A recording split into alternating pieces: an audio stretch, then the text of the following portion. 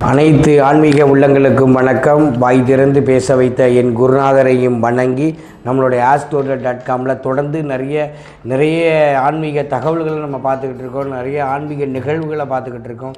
அதில் நம்ம 6/3/2026 உலகமே எதிர்பார்த்து கொண்டு இருக்கக்கூடிய சனி பெயர்ச்சி வெள்ளிக்கிழமைக்கு காலையில் 8:24க்கு தன்னுடைய சொந்த வீடான கும்பத்திலிருந்து சனீஸ்வர பகவான் மீனராசிக்கு பயிற்சி ஆகின்றார். இந்த காலகட்டத்தில் கவனமாக இருக்கக்கூடிய ஒரு 4 ராசிகள் இருக்குது. நம்ம அதை முதல்ல பார்ப்போம். அதில் முதலாவதாக நாங்கள் பார்க்க இருக்கக்கூடியது மீனராசி. சனி பகவான் நம்மளுடைய ஜென்ம சனியாக வரக்கூடியவர். அங்கே எப்படி இருக்கார் அப்படின்னா, வீண் பிரச்சனைகள் வரக்கூடிய சூழல் இருக்கும், அலைச்சல்கள் இருக்கும், வருமானம் இருக்கும். நீங்கள் எவ்வளோ அலைச்சல் இருக்கோ அதுக்கேற்ற வருமானம் உங்களுக்கு கிடைக்கும். அதனால் நீங்கள் ரொம்ப உடல்நிலையில் மட்டும் கவனமாக இருக்கணும். ஏன்னா அலைச்சல் இருக்கிறதுனால உடல்நிலையை நம்ம கவனம் இல்லாமல் விட்டுறக்கூடாது. அதில் கவனமாக உடல்நிலையை கவனமாக வச்சுக்கிட்டுங்க. தொழிலில் பெரிய அளவு முதலீடு செய்யாதீங்க. நண்பர்களிடம் உறவினரிடம் ரொம்ப விழிப்பாக இருங்க. மொத்தத்தில் இந்த ஆண்டு உங்களை பொறுத்தளவுக்கு மௌன விரதமாக இருக்கக்கூடியது மிகப்பெரிய மாற்றமும் ஏற்றமும் உங்களுக்கு தரும் அப்படிங்கிற சொல்லி, இந்த காலகட்டத்தில் நீங்கள் வழிபாடு செய்யக்கூடியது விநாயகருக்கு அருகம்புல் வாங்கி அர்ச்சனை செய்யக்கூடியது. தினசரி விநாயகர் அகவல் நீங்கள் சொல்கிறது இல்லை காதால் கேட்கக்கூடியது உங்களுக்கு ஏற்றமும் மாற்றமும் தரும். அதே மாதிரி 2வது இடத்துல பார்த்திங்கன்னா கும்பராசி 60% நம்மளுடைய மார்க் சொல்லலாம். இங்கே கும்பராசிக்கு நம்ம பாத சனியாக வரக்கூடிய ஒரு காலகட்டம். 7.5 சனியினுடைய தாக்கம் குறையக்கூடிய நேரம், பண வரவு இருக்கும். இங்கேயும் பார்த்திங்கன்னா ரொம்ப ஒரு முக்கியமான விஷயத்தில் குடும்பத்தில் ரொம்ப விழிப்பாக இருக்கணும். கணவன் மனைவியாக இருக்கக்கூடியவங்க, அப்பா அம்மா கூட இருக்கக்கூடியவங்க, திருமணம் நடக்காமல் இருக்கக்கூடியவங்க, இல்லை கணவன் மனைவியாக சேர்ந்து ஒரு வீட்டில் இருக்கக்கூடியவங்க ரொம்ப கவனமாக இருக்கணும். ஏன்னா வாக்குவாதங்கள் முக்கியமான விஷயம் இவங்களுக்கு நான் சொல்லக்கூடியது ஒன்றே ஒன்று தான். குடும்ப விஷயத்தை வெளியில் சொல்லாதீங்க. வெளியில் சொல்ல விரிசல்கள் ஜாஸ்தியாகும். அதேமாதிரி உங்களோட உறவினர்களிடம் ரொம்ப கவனமாக இருங்க. வண்டி வாகனங்களில் செல்லக்கூடியது ரொம்ப கவனமாக இருக்கணும். நீர் சம்பந்தமான இடங்களில் ரொம்ப கவனமாக இருக்கணும். வெடிமருந்து கெமிக்கல் இருக்கக்கூடிய இடத்துல ரொம்ப கவனமாக இருங்க. நீங்கள் வழிபாடு செய்யக்கூடியது மந்திராலய மகாபிரபு குரு ராகவேந்திரர் வழிபாடு செய்யுங்க. ராகவேந்திரர் மந்திரத்தை சொல்லுங்கள். உங்களுக்கு நிச்சயமாக தீர்வும் தெளிவும் கிடைக்கக்கூடிய ஒரு ஆண்டாக இந்த ஆண்டு உங்களுக்கு இருக்கும். சனியினுடைய தாக்கமும் குறையக்கூடிய ஒரு காலமாக உங்களுக்கு அமையும். அடுத்து நம்ம பார்க்க இருக்கக்கூடியது மேசராசி 12ஆம் இடத்துல வருகிறார்.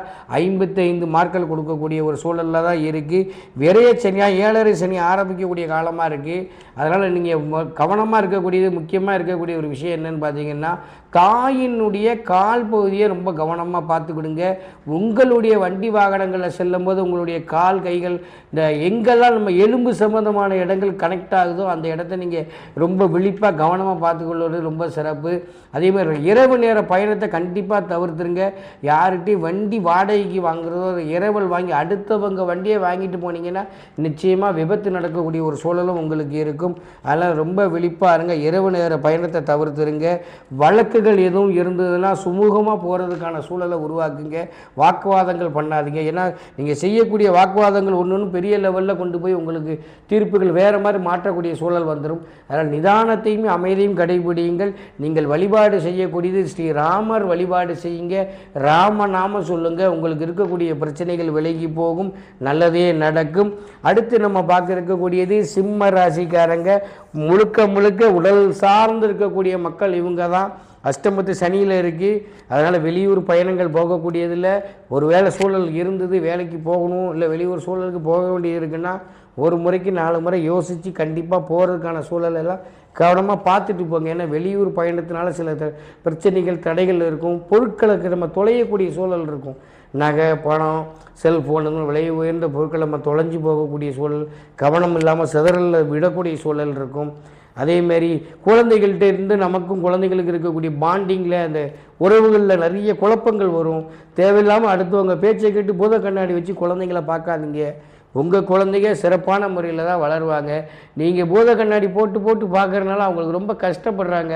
நம்ம தாய் நம்ம மேலே ஒரு நம்பிக்கை இல்லாமல் இருக்கிறாங்களேங்கிற மன அழுத்தம் குழந்தைகள் நிறையா வரும். அதனால் அவங்களுக்கு கருத்து வேறுபாடுகள் வரும். அதில் குழந்தைங்கள்ட்ட விட்டு கொடுத்து போங்க, குடும்பத்தை பார்த்துக்கிடுங்க, உடம்பை பார்த்துக்கிடுங்க. இந்த 2 தான் நான் சொல்லுவேன் சிம்ம ராசிக்கு. ஏன்னா தொழில் வேலையெல்லாம் கவலையே கிடையாது, அது பாட்டு மேலே மேலே வந்துக்கிட்டு இருக்கும். இந்த 2 மட்டும் பார்த்துக்கிடுங்க. திரும்பவும் சொல்கிறேன், தொழில் உடம்பு இதை மட்டும் பார்த்துக்கிடுங்க. சூரிய பகவான் வழிபாடு செய்யுங்க, கோதுமை உணவில் அதிகமாக சேர்த்துக்கிடுங்க, உங்கள் வாழ்க்கை வளமாக அமையும் என்று சொல்லி 50% மார்க்கை உங்களுக்கு கொடுக்கலாம். அடுத்து இருக்கக்கூடிய தனுசு ராசி. தனுசுக்கு பெரிய அளவுக்கு பாதிப்பு கிடையாது, இருந்தாலும் தாய் தகப்பன் உடல்நிலையில் கவனமாக இருந்துக்கணும். அதே மாதிரி வண்டி வாகனங்களை இவங்களுக்கும் அதே மாதிரி தான். வண்டி வாகனங்களில் செல்லும்போது விழிப்பாக இருக்கக்கூடியது ரொம்ப சிறப்பு. அதே மாதிரி முதலீடு, பெரிய அளவு முதலீடு எதுலையும் போடாதீங்க. சின்னதாக தொழில் பண்ணக்கூடியவங்க சின்ன தொகையை முதலீடாக போடுங்க. அதில் வரக்கூடிய லாபத்தை வச்சு கொஞ்சம் கொஞ்சமாக நீங்கள் சேருங்க. ஏன்னா பெரிய அளவு முதலீடு போடக்கூடியது பணம் எங்கேயாவது மொத்தமாக லாக் ஆகிரும். அதேமாதிரி யாருக்கும் பணம் கொடுத்து உதவுறதுக்கு முன்னாடி ஒரு முறைக்கு 4 முறை யோசிங்க, இவங்கள்ட்ட கொடுத்தா திரும்ப வருமா அப்படின்னு. ஏன்னா நிறைய நேரங்களில் இவங்க பணம் இழக்கக்கூடிய சூழல் வரும், பணம் இன்னொருத்தவங்கள்ட்ட மாட்டிக்கிடும். அதில் நீங்கள் ரொம்ப கவனமாக இருங்க.